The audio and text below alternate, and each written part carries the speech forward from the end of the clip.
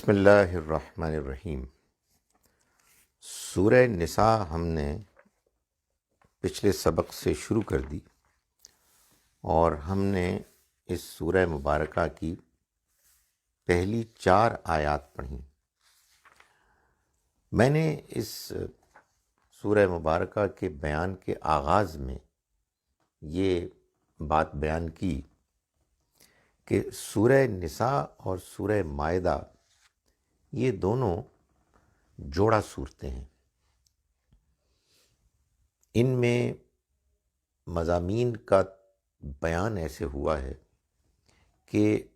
سورہ نساء میں اللہ تعالیٰ نے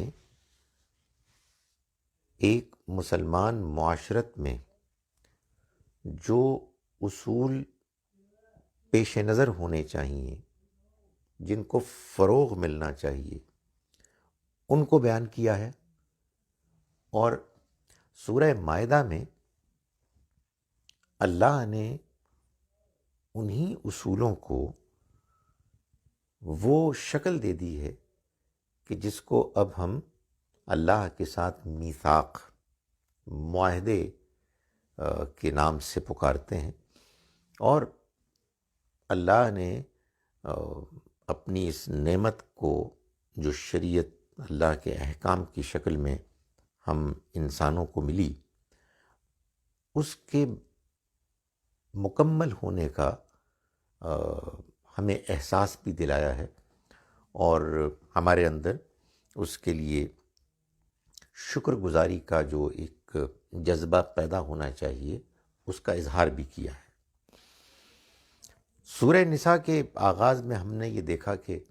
اللہ تعالیٰ نے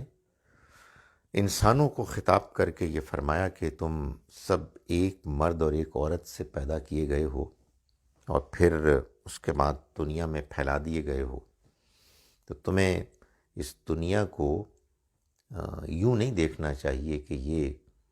ایک ایسا غلہ ہے جس کا کوئی دیکھ بھال کرنے والا چرواہا نہیں ہے، بلکہ اللہ اس کا نگران ہے، اور وہ اس میں کسی قسم کی کوئی زیادتی، کوئی دھاندلی برداشت نہیں کرے گا۔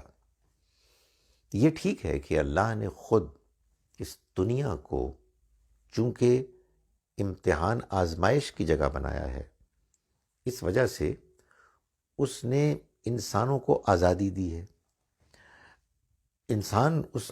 آزادی کا غلط فائدہ اٹھاتے ہیں، زیادتیاں کرتے ہیں، ظلم کرتے ہیں، ایکسپلائٹ کرتے ہیں، کمزوروں کو دباتے ہیں۔ تو اللہ نے پھر اس معاشرے کو خطاب کرتے ہوئے، جس معاشرے نے یہ طے کر لیا تھا کہ اب وہ اللہ کی ہدایت کی روشنی میں اپنے معاملات کو آرگنائز کریں گے، انہیں سب سے پہلے یہ کہا کہ یہ یتیم بچے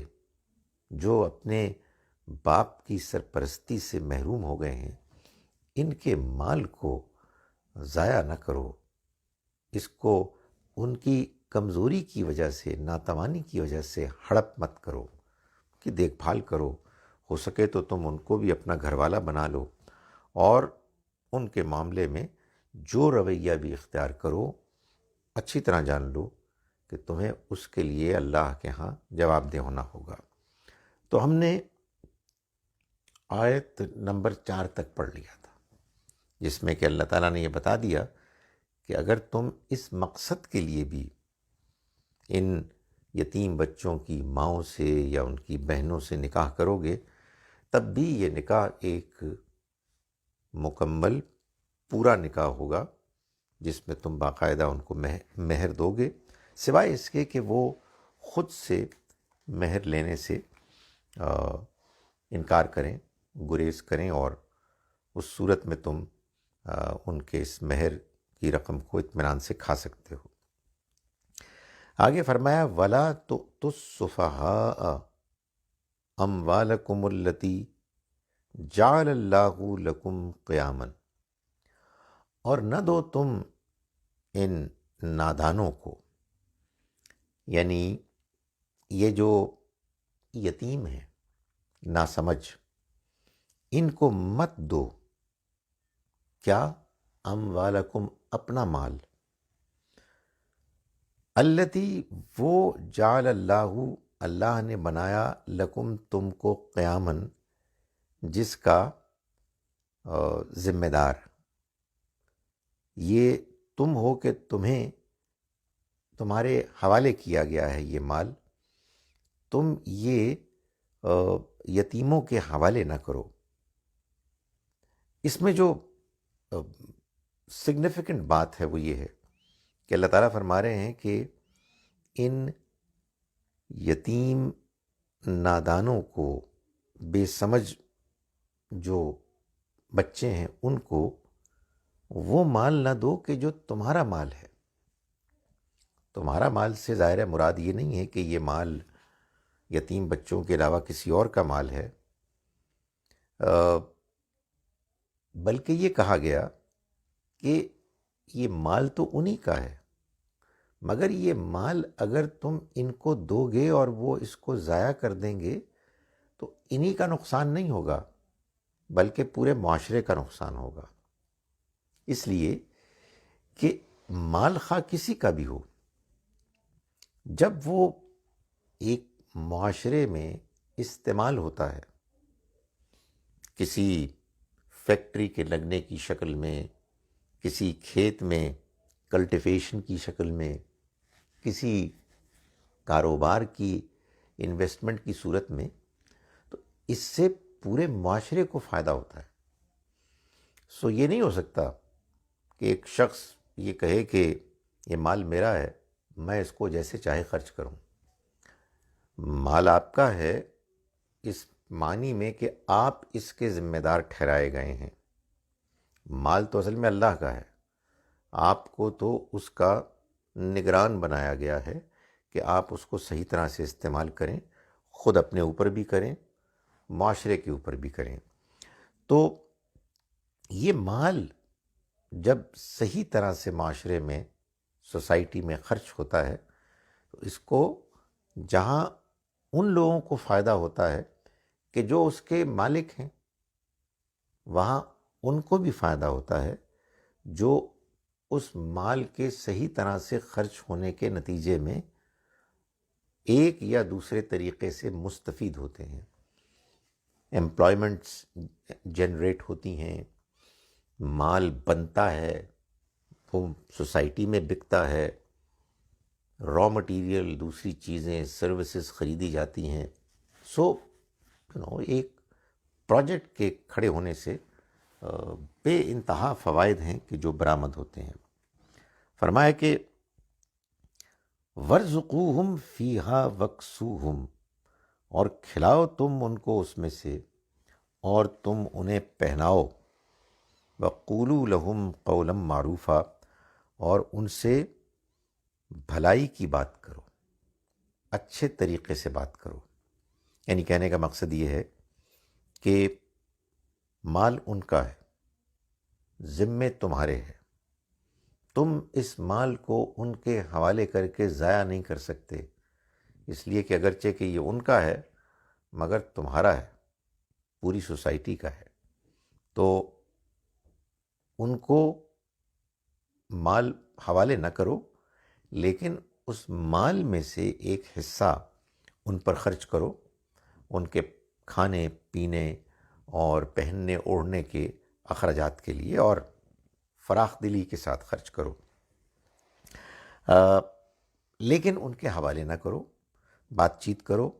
تو ان کے ساتھ نرمی کے ساتھ بات کرو۔ یہ ہے وہ چیز کہ جو اس سورہ کی ابتدا میں بتا دی گئی کہ اصل میں ان بچوں کا سرپرست، تمام کمزوروں کا سرپرست اللہ ہے۔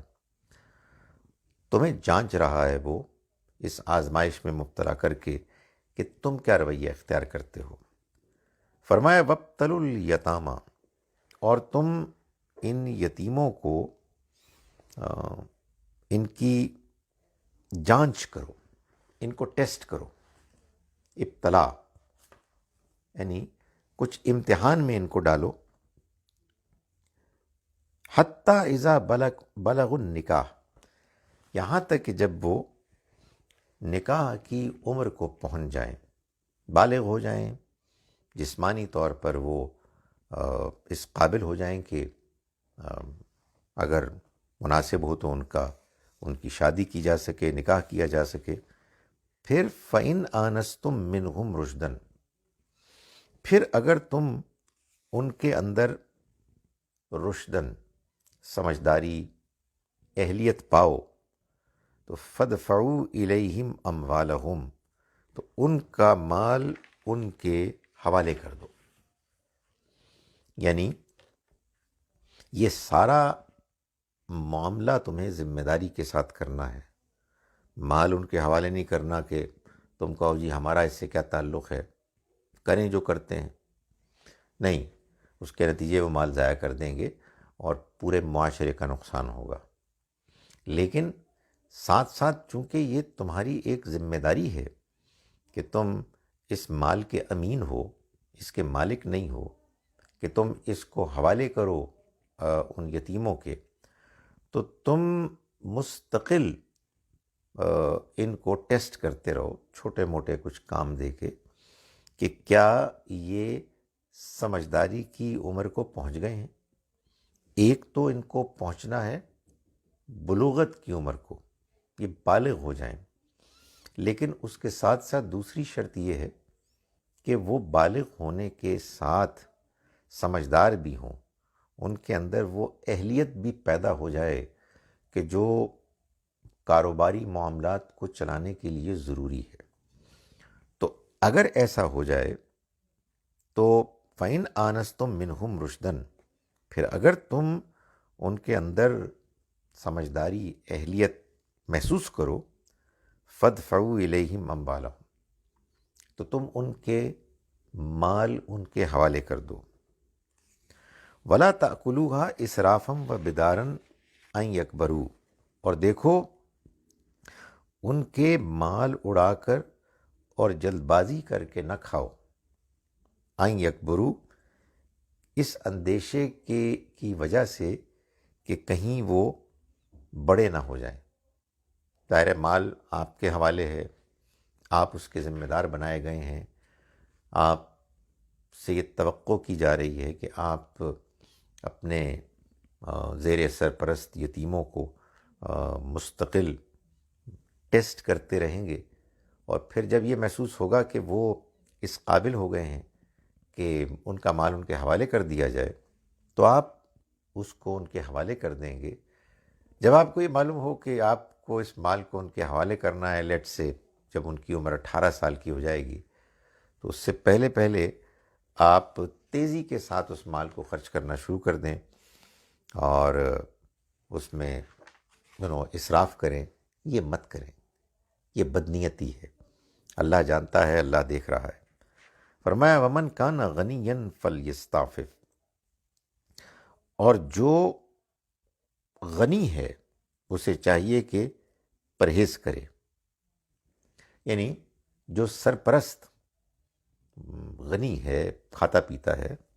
تو وہ یتیموں کے مال سے گریز کرے، اس سے پرہیز کرے، اس کو اپنے اوپر بالکل استعمال نہ کرے۔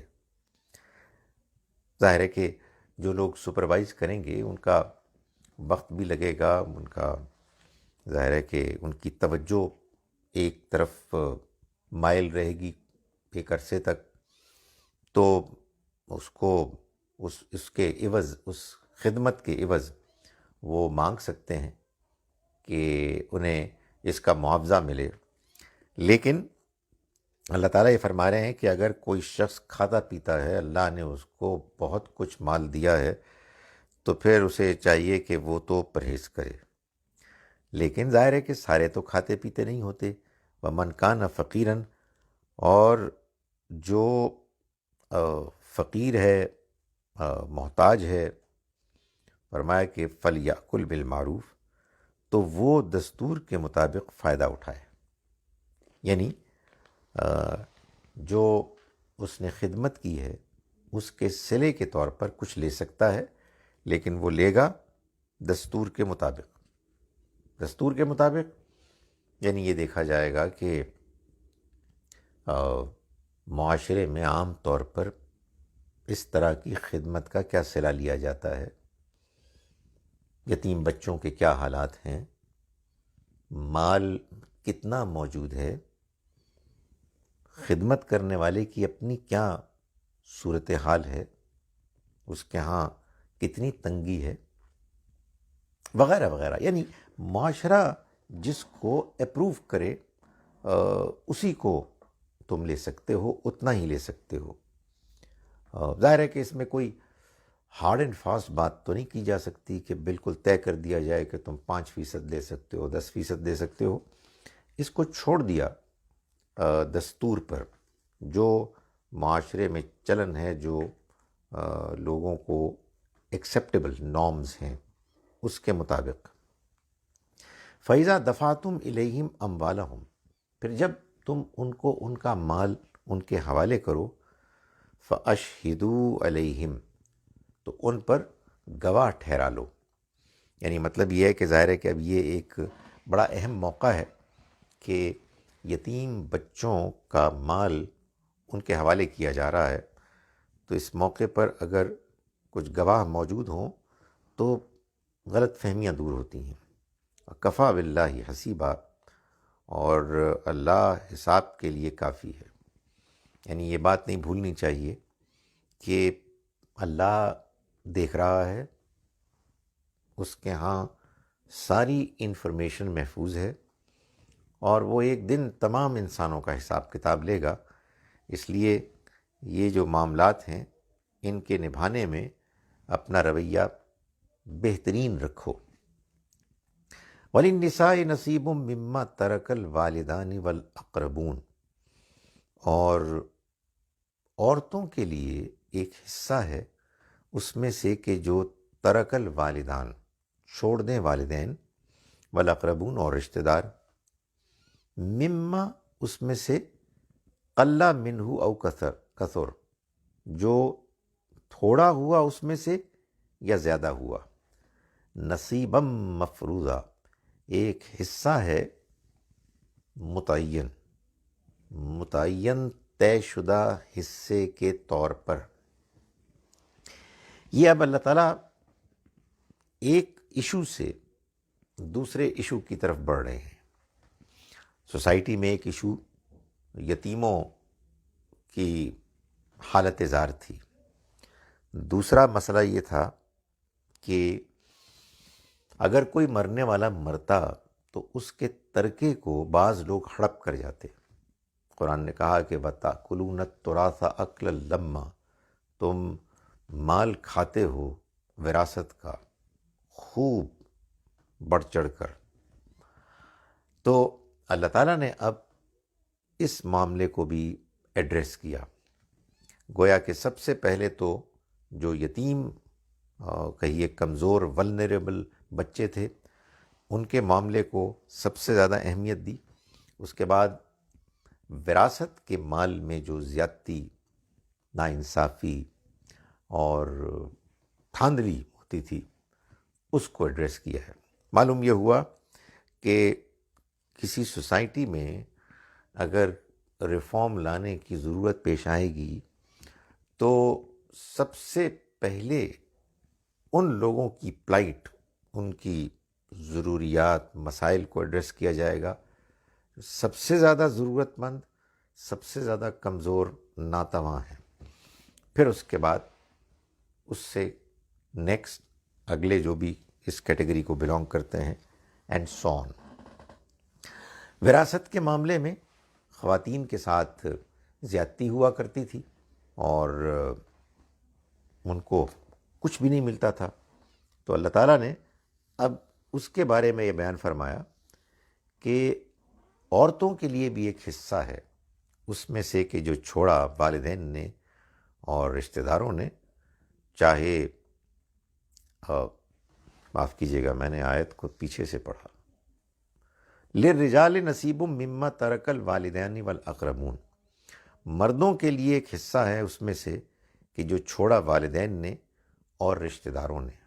اور عورتوں کے لیے بھی ایک حصہ ہے اس میں سے کہ جو چھوڑا والدین اور رشتہ داروں نے، مما قل منہ او کثر، اس میں سے چاہے تھوڑا ہو یا زیادہ ہو، یعنی حصہ ترکے کا مال جو چھوڑا گیا ہے وہ چاہے کم ہو چاہے زیادہ ہو، بہرحال اس میں جہاں مردوں کا حصہ ہے وہاں عورتوں کا بھی حصہ ہے، نصیباً مفروضہ، ایک متعین ڈیفینیٹ گیون حصہ۔ وَإِذَا حَضَرَ الْقِسْمَةُ، اور جب موجود ہوں تقسیم کے موقع پر، اولو القربہ رشتہ دار، والیتامى یتیم، والمساکین مسکین، فارزقوہم، تو تم ان کو بھی کچھ کھلا دو، رزق دے دو، منہ اس میں سے، وقولوا لہم قولا معروفا، اور ان سے کہو بات دستور کے مطابق، یعنی کوئی بھلائی کی اچھی بات کر دو۔ ظاہر ہے کہ ایک شخص دنیا سے رخصت ہوا ہے، اپنے پیچھے جائیداد چھوڑ گیا ہے، جائیداد تقسیم ہو رہی ہے، تو کچھ اور لوگ بھی جمع ہو گئے ہیں، ایسے بھی ہیں کہ جو ان میں ضرورت مند ہیں، تو سب ورثہ مل کے کہیں کہ جی یہ تھوڑا سا حصہ ان کو بھی دے دیا جائے، ہم سارا نہیں لیں گے، اکثر حصہ ہمارا ہی ہے، لیکن ان کی بھی دلجوئی ہونی چاہیے۔ یہ ایک اچھی روایت ہے، یعنی جو ایک سیلف لیس کنڈکٹ ہے، یہ اس کا تقاضا ہے۔ ایک ہوتا ہے نا عدل، اور ایک ہوتا ہے احسان، یہ احسان ہے۔ معاشرے میں اگر عدل ہے اچھی بات ہے، جو ایک کم سے کم تقاضا ہے کسی بھی معاشرے میں لوگوں کے معاملات کو ٹھیک طرح سے نبھانے کا، وہ تو پورا ہو گیا، لیکن اللہ تعالیٰ چاہتے ہیں کہ اس سے آگے بڑھا جائے، یعنی حسن معاشرت اس وقت وجود میں آتی ہے جب انسان آگے بڑھ کر جو انصاف کا تقاضا ہے اس سے آگے بڑھ کر وہ مزید اقدامات کرتا ہے، فیصلے کرتا ہے، لوگوں کو ہیلپ آؤٹ کرتا ہے۔ تو یہاں اسی کا تقاضا کیا جا رہا ہے کہ ٹھیک ہے تمہارا حق ہے، وراثت کا مال تقسیم ہونا چاہیے، تمہیں کو ملنا چاہیے، مگر اگر کچھ لوگ جمع ہو گئے ہیں بیچارے، مسکین ہیں، غریب ہیں، تو آپس کے مشورے سے ان کو بھی کچھ دے دلا دو۔ وَلْيَخْشَ الَّذِينَ لَوْ تَرَكُوا مِنْ خَلْفِهِمْ، اور چاہیے کہ ڈریں وہ لوگ کہ جو اگر چھوڑ جائیں پیچھے اپنے ذُرِّيَّةً ضِعَافًا، کمزور اولاد، خافوا علیہم، وہ ان کے بارے میں اندیشہ ناک ہوں گے۔ یعنی بھائی یہ بھی تو ہو سکتا تھا کہ یہ جو جمع ہوئے ہیں یہ آپ کے رشتہ دار اور آپ کی اولاد ہوتی اور آپ رخصت ہو چکے ہوتے، تو ظاہر ہے کہ اگر وہ ضرورت مند ہیں تو آپ چاہتے نا کہ آپ کے ضرورت مند اولاد اور رشتہ داروں کو کچھ مال ملے، تو ایسے ہی آپ کو بھی چاہیے کہ آپ ان کو مال ادا کریں۔ یہ جو ہے نا جذبہ ایمپتھی کا، دوسروں کے بارے میں ایسے احساس کرنے کا کہ آپ خود کو ان کی جگہ پر ڈال کر امیجن کریں، اس سے وہ حقیقی کیفیت پیدا ہوتی ہے دوسرے کے ساتھ ہمدردی کی، کہ جو پھر انسان کو ان کی مدد کرنے اور ان پر خرچ کرنے پر ابھارتی ہے۔ تو فرمایا کہ چاہیے کہ ڈریں وہ لوگ کہ جو اگر چھوڑ کر جاتے اپنے پیچھے کمزور اولاد تو ان کے بارے میں اندیشہ ناک ہوتے۔ فَلْيَتَّقُوا اللَّهَ، تو چاہیے ان کو کہ وہ تقوی اختیار کریں اللہ کا۔ وَلْيَقُولُوا قَوْلًا سَدِيدًا، اور وہ سیدھی بات کریں، ہر معاملے میں ان کی بات بالکل سیدھی ہونی چاہیے، یعنی کوئی گڑبڑ نہ ہو، کوئی دھوکہ نہ ہو، کوئی ایچ پیچ نہ ہو، جو بات جیسی ہے ویسے اس کو بیان کریں. یہ بدتمیزی اور بلنٹ ایٹیچیوڈ کو پروموٹ نہیں کیا جا رہا، بلکہ یہ تو بتا دیا گیا ہے بار بار کہ معروف طریقے سے دستور کے مطابق معاملات کرنے چاہیے. لیکن ساتھ ساتھ یہ بھی کہہ دیا گیا کہ یہ مقصود ہرگز نہیں ہے کہ معاملات میں کوئی گڑبڑ ہو اور سٹیٹمنٹس میں کوئی ایسی کمپرومائز کرنے کا کوئی طریقہ اختیار کیا جائے کہ جس سے سچائی اور انصاف ان پر زد پڑتی ہو. فرمایا کہ ان الذین یأکلون اموال الیتامی ظلماً، وہ لوگ کہ جو یتیموں کا مال ظلم زیادتی کر کے ہڑپ کرتے ہیں، ناحق ہڑپ کرتے ہیں. فرمایا کہ انما یأکلون فی بطونہم نارا، وہ تو صرف اپنے پیٹوں میں ڈال رہے ہیں، کھا رہے ہیں آگ، آگ کے انگارے. وَسَيَصْلَوْنَ سَعِيرًا، اور وہ عنقریب آگ میں پڑیں گے. یعنی مطلب یہ ہے کہ اس دنیا میں انسان دوسروں کے ساتھ زیادتی کرتا ہے اس خیال سے کہ اس کا مال بڑھ رہا ہے، اس کو کھانے پینے کو زیادہ وافر مل رہا ہے، اور اسے ایک ترقی کا احساس ہوتا ہے، ایک دولت میں فراوانی کا احساس ہوتا ہے. تو اللہ تعالیٰ یہ واضح فرما رہے ہیں کہ اگر یتیم کے مال کو ہڑپ کر کے تم نے اپنے دولت کو پھیلایا تو یہ جان لو کہ تم اپنے پیٹ میں آگ کے انگارے ٹھونس رہے ہو. یعنی اس تمہارے طرز عمل کی وجہ سے تم جہنم میں جاؤ گے. وَسَيَصْلَوْنَ سَعِيرًا، تو وہ بھڑکتی آگ میں پڑیں گے. یوصیکم اللہ فی اولادکم، اب وہ آیت آئی ہے کہ جس میں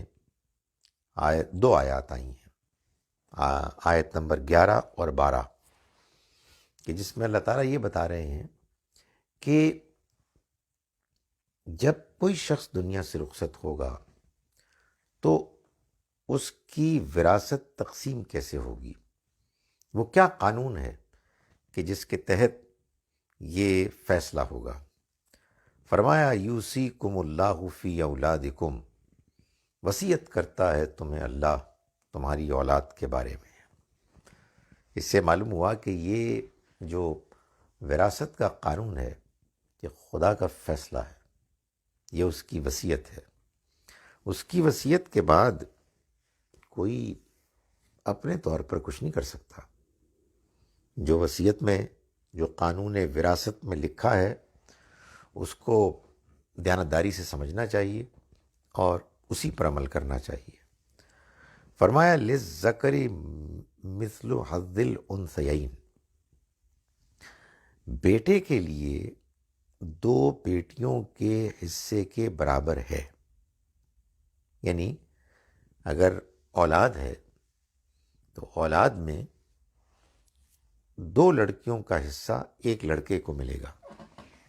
یہ یہاں لفظ تو ذکر اور انثیین اختیار کیا گیا ہے، لیکن میں اس کو بیٹا اور بیٹی میں وہ بیان کر رہا ہوں اس مفہوم میں، اس لیے کہ سیاق سباق بالکل واضح ہے. ابھی آگے آیت کے الفاظ بتا دیں گے کہ یہاں اس سے مراد بیٹا اور بیٹی ہے. بیٹے کو دو کیوں ملیں گے حصے اور بیٹی کو ایک کیوں ملے گا، یہ ابھی آگے چل کے واضح ہو جائے گا. لیکن اللہ تعالیٰ ابھی یہ بات دو ٹوک انداز میں بیان کر رہے ہیں کہ یہ پرنسپل ہے کہ اگر کوئی اور وارث نہیں ہے اور بیٹے اور بیٹیاں ہی وارث ہیں تو پھر لڑکوں کو لڑکیوں سے دگنا ملے گا. سادہ سا اس کا طریقہ یہ ہے کہ جتنے بھی اماؤنٹ ہے اس کو ڈیوائڈ کر دیں آپ ایسے کہ لڑکوں کا حصہ دگنا رکھیں. فرض کیجئے کہ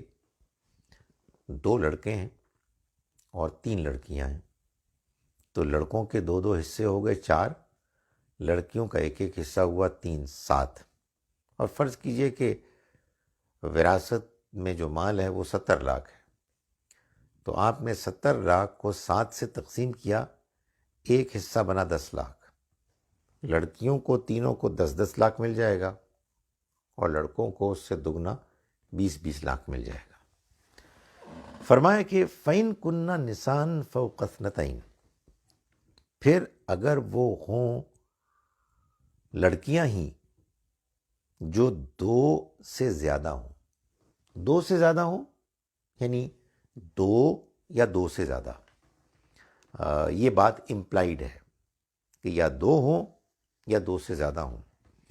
تو فرمایا کہ فَلَهُنَّ ثُلُثَ مَا تَرَكَ، تو ان کے لیے ہوگا 2/3 اس کا کہ جو اس نے چھوڑا.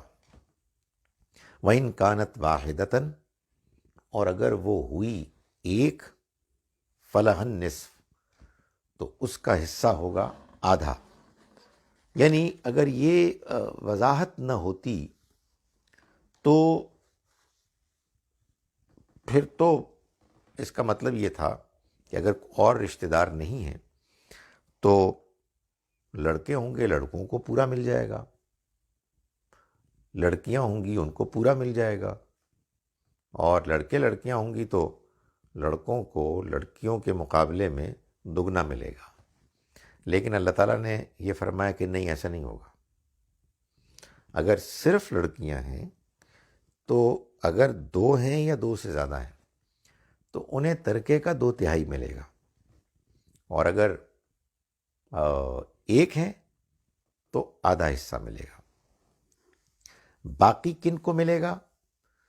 باقی یا تو مرنے والا خود فیصلہ کر کے جائے گا کہ یہ حصہ بھی لڑکیوں ہی کو مل جائے، تو وہ یہ کر سکتا ہے، اس لیے کہ یہ حصہ اللہ کی طرف سے کوئی واضح بات بیان کیے بغیر خالی رکھ دیا گیا ہے، اور اس میں کئی امکانات ہیں کہ جن کو چھوڑ دیا گیا ہے. اس میں ایک امکان یہ بھی ہے کہ مرنے والا مرنے والی اپنی بیٹیوں کے نام پر بقیہ حصہ بھی کر دے. دوسرا امکان یہ بھی ہے،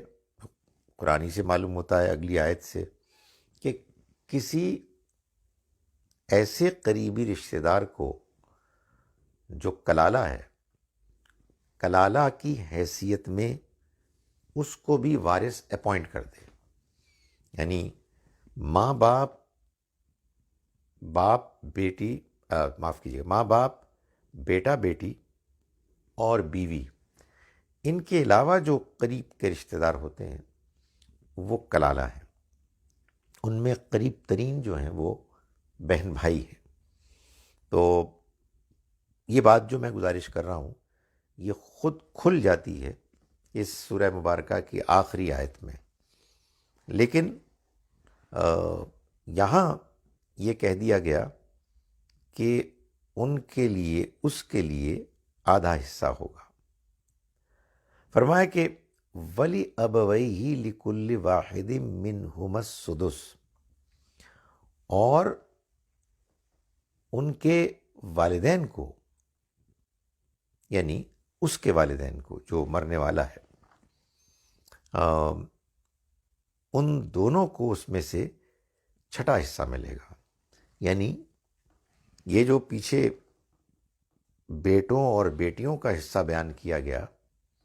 یہ تو ان کو ملے گا اس مال میں سے کہ جو بچ گیا، مگر اس سے پہلے اگر والدین دونوں زندہ ہیں تو ان دونوں کو 1/6 حصہ ملے گا.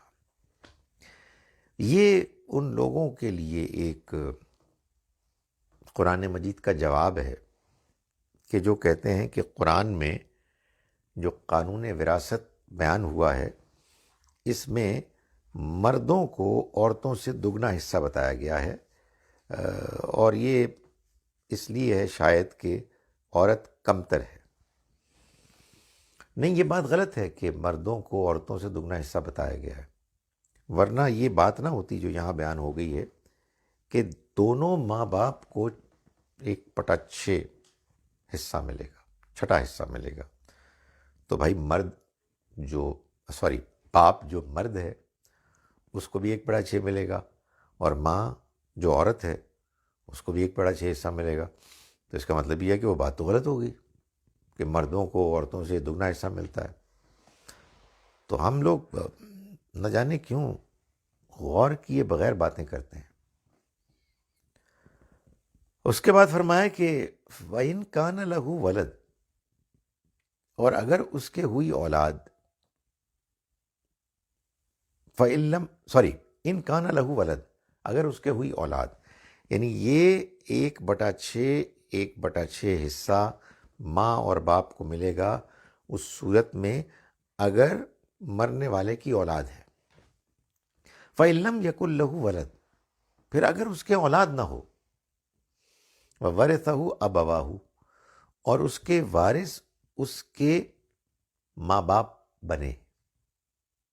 یعنی اولاد کوئی نہیں ہے اور ماں باپ زندہ ہیں، تو فرمایا کہ فَلِأُمِّهِ الثُّلُث، تو اس کی ماں کو 1/3 حصہ ملے گا۔ فل سٹاپ، کوئی اور بات واضح نہیں کی۔ باپ کو کیا ملے گا؟ یہی وہ چیز ہے جو میں گزارش کرتا ہوں کہ قرآن مجید میں حذف ہوتا ہے، بعض چیزوں کو امپلائیڈ مان کر اس کو بیان نہیں کیا جاتا، اومٹ کر دیا جاتا ہے۔ تو یہاں یہ بات امپلائیڈ ہے کہ جب اولاد نہیں ہے اور پورے کے پورے ترکے کے وارث والدین بنے ہیں تو ماں کو 1/3 حصہ ملے گا اور باپ کو بقیہ 2/3۔ یہ بالکل آبویس بات ہے۔ جب یہ آبویس ہے تو اللہ تعالیٰ نے اس کو بیان ہی نہیں کیا، ضرورت کیا ہے؟ فَإِن كَانَ لَهُ إِخْوَةٌ، پھر اگر اس کے ہوئے بہن بھائی، یعنی مرنے والے کے اولاد نہیں ہے لیکن بہن بھائی ہیں، تو فرمایا کہ فَلِأُمِّهِ السُّدُسُ، تو پھر اس کی ماں کو ملے گا چھٹا حصہ، یعنی پھر وہ واپس صورتحال لوٹ آئے گی جو اولاد کی صورت میں تھی کہ ماں کو 1/6، باپ کو کیا ملے گا بیان نہیں کیا۔ کیوں؟ اس لیے کہ اللہ تعالیٰ چاہتے ہیں کہ آپ خود سمجھ جائیں کہ باپ کو بھی 1/6 ملے گا۔ بھائی ماں کے حصے کو 1/3 سے 1/6 کرنے والی بات کیا ہے؟ کیا علت، کیا وجہ ہے؟ وہ بہن بھائی کا ہونا۔ تو اولاد کی صورت میں ماں کو کیا مل رہا تھا؟ 1/6۔ بہن بھائیوں کی صورت میں کیا مل رہا ہے؟ 1/6۔ تو جب اس کو 1/6 مل رہا ہے تو مطلب یہ ہے کہ بہن بھائیوں نے اولاد کی جگہ لے لی، چنانچہ اب باپ کو پھر وہی 1/6 ملے گا۔ اللہ تعالیٰ نے اس کو بیان نہیں کیا اس لیے کہ اللہ تعالیٰ چاہتے ہیں کہ آپ خود غور فرما کے یہ فیصلہ کریں۔ فرمایا کہ من بعد وصیۃ، وصیت کے بعد، یوصی بہا او دین، جو وہ کرے، یعنی جو اس نے کی ہو، اور قرض کے بعد، یعنی وصیت ادا کی جائے گی، قرض اگر ہو تو اس کو ادا کیا جائے گا، اس کے بعد یہ تقسیم ہوگی، اس کے بعد اس طرح سے اللہ تعالیٰ کا فیصلہ نافذ ہوگا۔ اب فرمایا کہ لا تدرون، تم نہیں جانتے، ایہم اقرب لکم نفعا، کہ ان میں سے کون ہے کہ جو منفعت کے لحاظ سے زیادہ قریب ہے، تمہارے قریب ہے۔ یعنی یہ جو اللہ تعالیٰ نے تقسیم وراثت کا طریقہ قانون بیان کیا ہے، یہ قانون جس سوچ، جس مقصد کے پیش نظر کیا گیا ہے، اس کے پیچھے جو اللہ تعالیٰ نے اصل میں طے کیا ہے اصول، وہ یہ ہے کہ جو رشتہ دار ہوتے ہیں وہ انسانوں کے کام آتے ہیں، ان کی ضرورتوں کو پورا کرنے والے بنتے ہیں، ان کی منفعت ہوتی ہے کہ جو ان تک پہنچتی ہے، کسی رشتے کی زیادہ کسی کی کم، تو اللہ نے اس کے حساب سے یہ طے کیا کہ کس کو کتنا ملے گا۔ ظاہر ہے کہ بیٹیاں ایک وقت تک گھر میں رہتی ہیں، پھر اس کے بعد بیاہ کے وہ اپنے شوہر کے گھر چلی جاتی ہیں، اپنی سسرال چلی جاتی ہیں، تو ان کی منفعت یہاں سے نکل جاتی ہے، جبکہ عام طور پر بیٹے وہ ماں باپ کے ساتھ رہتے ہیں، تو ان کی منفعت ان کے ساتھ رہتی ہے، والدین کے معاملے میں بھی اور بیوی شوہر کے معاملے میں بھی اللہ تعالیٰ نے اسی حقیقت کو ملحوظ رکھا۔ آگے چل کے ہم یہ دیکھیں گے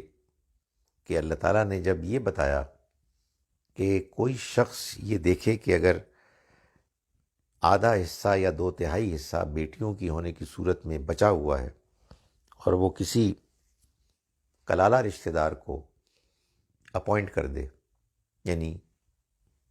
مثال کے طور پر بہن بھائیوں میں سے کسی کو اپوائنٹ کر دے، بہن بھائی تو اگر موجود ہیں تو ہاں وہ بھی اپوائنٹ ہو سکتے ہیں، یا ماموں یا چچا، کوئی بھی اپوائنٹ ہو جائے،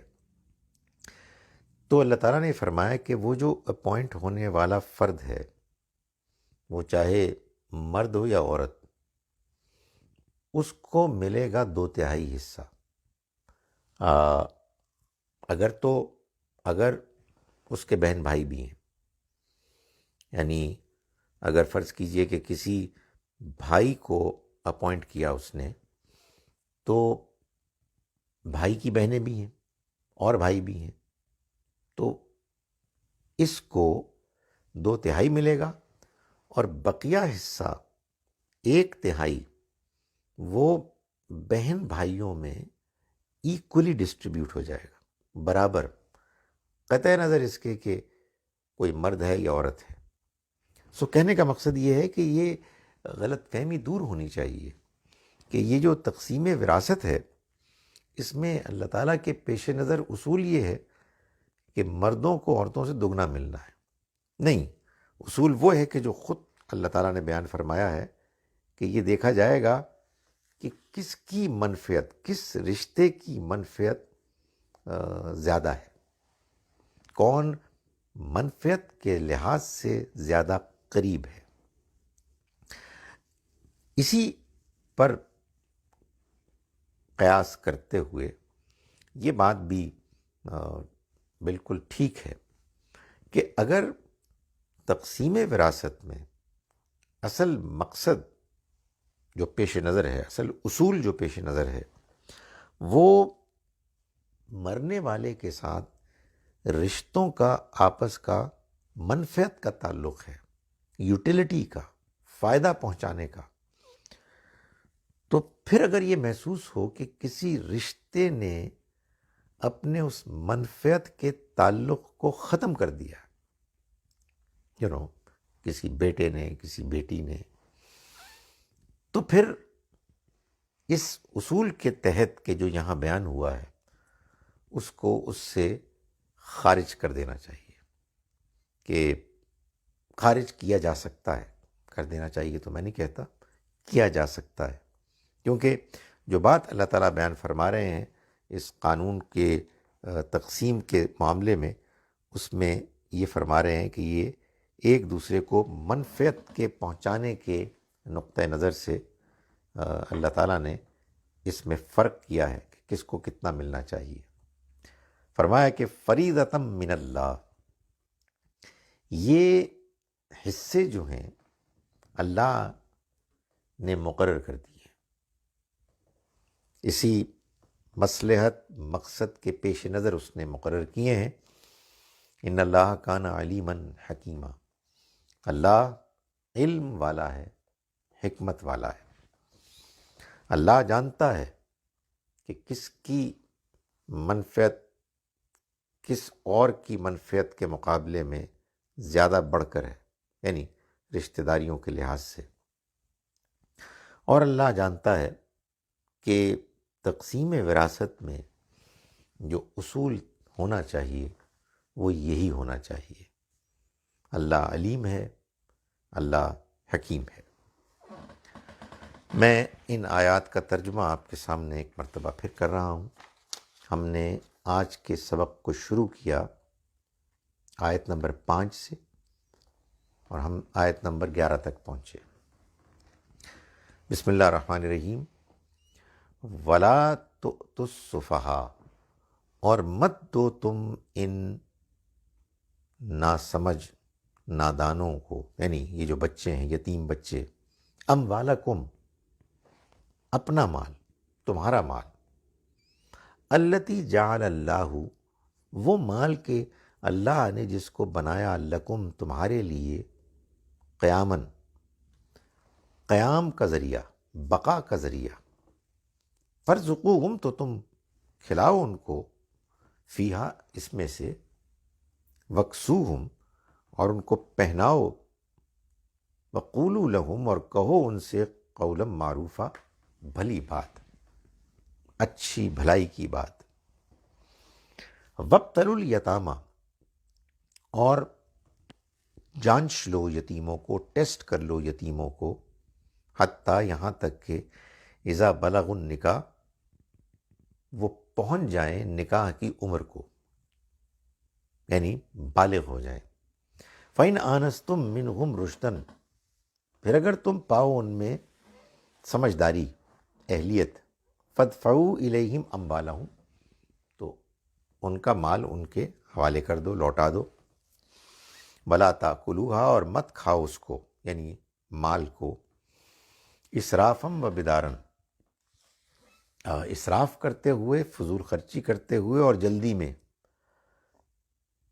ان یکبروا، اس خدشے کے پیش نظر کہ کہیں وہ بڑے نہ ہو جائیں، یعنی یہ بڑے ہو جائیں اور پھر آپ کو ان کا مال واپس کرنا پڑے۔ ومن کان غنیًا، اور جو ہے غنی، کھاتا پیتا، یعنی جو سرپرست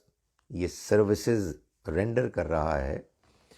ایسے کہ وہ کھاتا پیتا ہے، فلیستعفف، تو اسے چاہیے کہ وہ پرہیز کرے، کچھ بھی نہ لے۔ من کان فقیراً، اور جو محتاج ہے، فلیاکل، تو اسے چاہیے کہ وہ کھائے، بالمعروف، دستور کے مطابق، جو چیز سوسائٹی کے نارمز ہیں اس کے مطابق۔ فَإِذَا دَفَعْتُمْ إِلَيْهِمْ أَمْوَالَهُمْ، پھر جب تم حوالے کرو ان کا مال، فَأَشْهِدُوا عَلَيْهِمْ، تو تم گواہ ٹھہرا لو ان پر، وَكَفَى بِاللَّهِ حَسِيبًا، اور اللہ حساب لینے کے لیے کافی ہے۔ لِلرِّجَالِ نَصِيبٌ مِّمَّا تَرَكَ الْوَالِدَانِ، لڑکوں کے لیے ایک حصہ ہے اس میں سے کہ جو چھوڑ کر جائیں والدین، والاقربون، اور رشتہ دار، وَلِلنِّسَاءِ، اور عورتوں کے لیے بھی، نصیب، ایک حصہ ہے، مما ترک الوالدانی والاقربون، اس میں سے کہ جو چھوڑ کر جائیں والدین اور رشتہ دار، مما قل منہ او کثر، اس میں سے کہ جو تھوڑا ہوا اس میں یا زیادہ ہوا، نصیبا مفروضہ، ایک مقرر متعین حصہ ہے، وَإِذَا حَضَرَ الْقِسْمَةَ، اور جب تقسیم کے وقت حاضر ہوں، موجود ہوں، اولو القربہ، رشتہ دار، والیتامى، یتیم، والمساکین، اور مسکین، فارزقوہم، تو تم ان کو کچھ دے دو، رزق دے دو، منہو اس میں سے، وقولوا لہم اور کہو ان سے، قولا معروفا بھلائی کی بات، ولیخشى الذین اور چاہیے کہ ڈریں وہ لوگ، لو ترکوا من خلفہم ذریۃ ضعافا جو چھوڑ جاتے اپنے پیچھے اگر کمزور اولاد، خافوا علیہم تو ان کے بارے میں اندیشہ ناک ہوتے، فلیتقوا اللہ تو چاہیے کہ وہ ڈریں اللہ سے، ولیقولوا اور کہیں قولا سدیدا سیدھی بات، ان الذین یأکلون اموال الیتامی یقیناً وہ لوگ کہ جو کھاتے ہیں یتیموں کا مال، ظلماً ناحق زیادتی کرتے ہوئے، انما یأکلون فی بطونہم نارا وہ تو صرف ٹھونس رہے ہیں اپنے پیٹوں میں آگ، وسیصلون سعیرا اور وہ عن قریب پڑیں گے اس میں، یوصیکم اللہ فی اولادکم اللہ وصیت کرتا ہے تم کو تمہاری اولاد کے بارے میں، للذکر مثل حظ الانثیین لڑکوں کے لیے لڑکیوں کے حصے کے سے دگنا ہے، فَإِن كُنَّ نسان پھر اگر وہ ہوں دو یا دو سے زیادہ، فوق اثنتین دو سے زیادہ، اور دو یا دو سے زیادہ، فلہن تو ان کے لیے ہوگا ثلث ما ترک دو تہائی اس کا کہ جو انہوں نے چھوڑا، وَإِن كَانَتْ وَاحِدَةً اور اگر ایک ہی حصہ ہوا، اور اگر ایک ہی بیٹی ہوئی، فلہا النصف تو اس کے لیے ہوگا آدھا، وَلِأَبَوَيْهِ اور اس کے والدین کے لیے ہوگا، لِكُلِّ وَاحِدٍ مِّنْهُمَا السُّدُسُ ان دونوں میں سے ہر ایک کے لیے 1/6 مما ترک اس میں سے کہ جو اس نے چھوڑا، ان کان لہو ولد اگر اس کے ہوئی اولاد، فَإِن لَّمْ يَكُن لَّهُ ولد پھر اگر اس کے اولاد نہ ہوئی، وَوَرِثَهُ أَبَوَاهُ اور اس کے وارث اس کے والدین بنے، فَلِأُمِّهِ الثُّلُثُ تو اس کی ماں کا 1/3 حصہ ہوا، اور بقیہ 2/3 باپ کا، یہ امپلائیڈ ہے، فَإِن كَانَ لَهُ إِخْوَةٌ پھر اگر اس کی ہوئی بہن بھائی، فَلِأُمِّهِ السُّدُسُ تو ماں کا 1/6 حصہ اور باپ کا بھی 1/6 حصہ، یہ بھی امپلائیڈ ہے، من بعد وصیت وصیت کے بعد، یوسی بہا جو وہ کر گیا، او دین یا کسی قرض کے بعد جو اس کو ادا کرنا تھا اور وہ ادا ہو جائے، آباؤکم و ابناؤکم یہ تمہارے باپ ہیں تمہارے بیٹے ہیں، لا تدرون تم نہیں جانتے، ایہم اقرب لکم نفع کہ ان میں سے کون تم سے منفعت نفع کے لحاظ سے زیادہ قریب ہے، فریضۃ من اللہ یا اللہ کی طرف سے ایک حصہ فرض کیا گیا ہے، مقرر کیا گیا ہے، ان اللہ کان علیما حکیما یقیناً اللہ علم رکھنے والا ہے، حکمت والا ہے۔ سوال دیکھیں جناب، اللہ اکبر، سلام کون سی صورت کا ترجمہ چل رہا ہے؟ اس کا کیا علاج ہے؟ کچھ لکھا ہونا چاہیے، آئی تھنک اصل میں سورہ نساء چل رہی ہے، میں جو انویٹیشن بھیجتا ہوں، ہاں لیکن فیس بک پہ نہیں آیا ہوگا، اس میں بھی یہ لکھا ہوتا ہے کہ میں کیا پڑھا رہا ہوں، بٹ آئی تھنک مجھے فیس بک پہ لکھنا چاہیے۔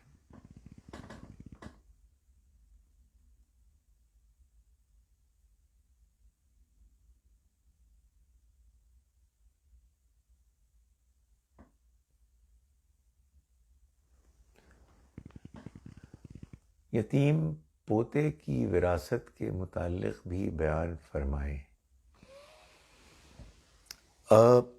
یہاں جو ہم قانون پڑھ رہے ہیں اس میں بیٹوں اور بیٹیوں کا ذکر ہے۔ ہم نے یہ دیکھا کہ قرآن بعض باتیں ہیں جن کو بیان نہیں کرتا، بہت سی باتیں بیان نہیں کرتا، اس لیے کہ وہ امپلائیڈ ہوتی ہیں، وہ آدمی خود ہی سمجھ لیتا ہے۔ لیکن کیا ہوتا ہے کہ چونکہ اللہ نے ان کو بیان نہیں کیا ہوتا تو لوگوں کو غلط فہمیاں ہو جاتی ہیں۔ ابھی ہم دیکھیں گے آگے چل کے انشاءاللہ کہ اللہ تعالیٰ نے تو بڑے واضح طریقے سے یہ بتا دیا کہ بھائی بہن بھائیوں کی صورت میں کیا ہونا چاہیے، مگر لوگ نہیں سمجھتے۔ تو اسی طرح سے یہ بات بالکل امپلائیڈ ہے کہ بھائی دادا زندہ ہے، بیٹا فوت ہو گیا، پوتے پوتیاں موجود ہیں، تو پوتے پوتیاں باپ کی جگہ لے لیں گے۔ بڑی سادہ سی بات ہے، اس میں قرآن مجید کو بیان کرنے کی کوئی ضرورت نہیں تھی، اور ایسا ہی ہونا چاہیے، مگر ہمارے یہاں بہت سے علماء اس کو نہیں مانتے، اور چنانچہ وہ کہتے ہیں کہ شریعت اسلامی میں یتیم پوتے کا وراثت میں کوئی حصہ نہیں۔ میں اس سے ایگری نہیں کرتا۔ میں مسجد کی امامت کرتا ہوں، مسجد میں کوئی تراویح نماز پڑھا نہیں سکتا، میں چاہتا ہوں کہ نماز کو رات کے قیام میں پڑھوں۔ اس معاملے میں میرے لیے کیا بہتر ہے؟ یہ آپ فرما رہے ہیں کہ مسجد میں کوئی تراویح نماز پڑھا نہیں سکتا۔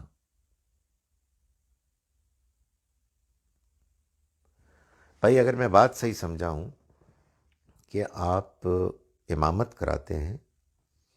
مگر کسی وجہ سے مسجد میں تراویح کی نماز نہیں ہوتی، تو کیا یہ ممکن ہے کہ آپ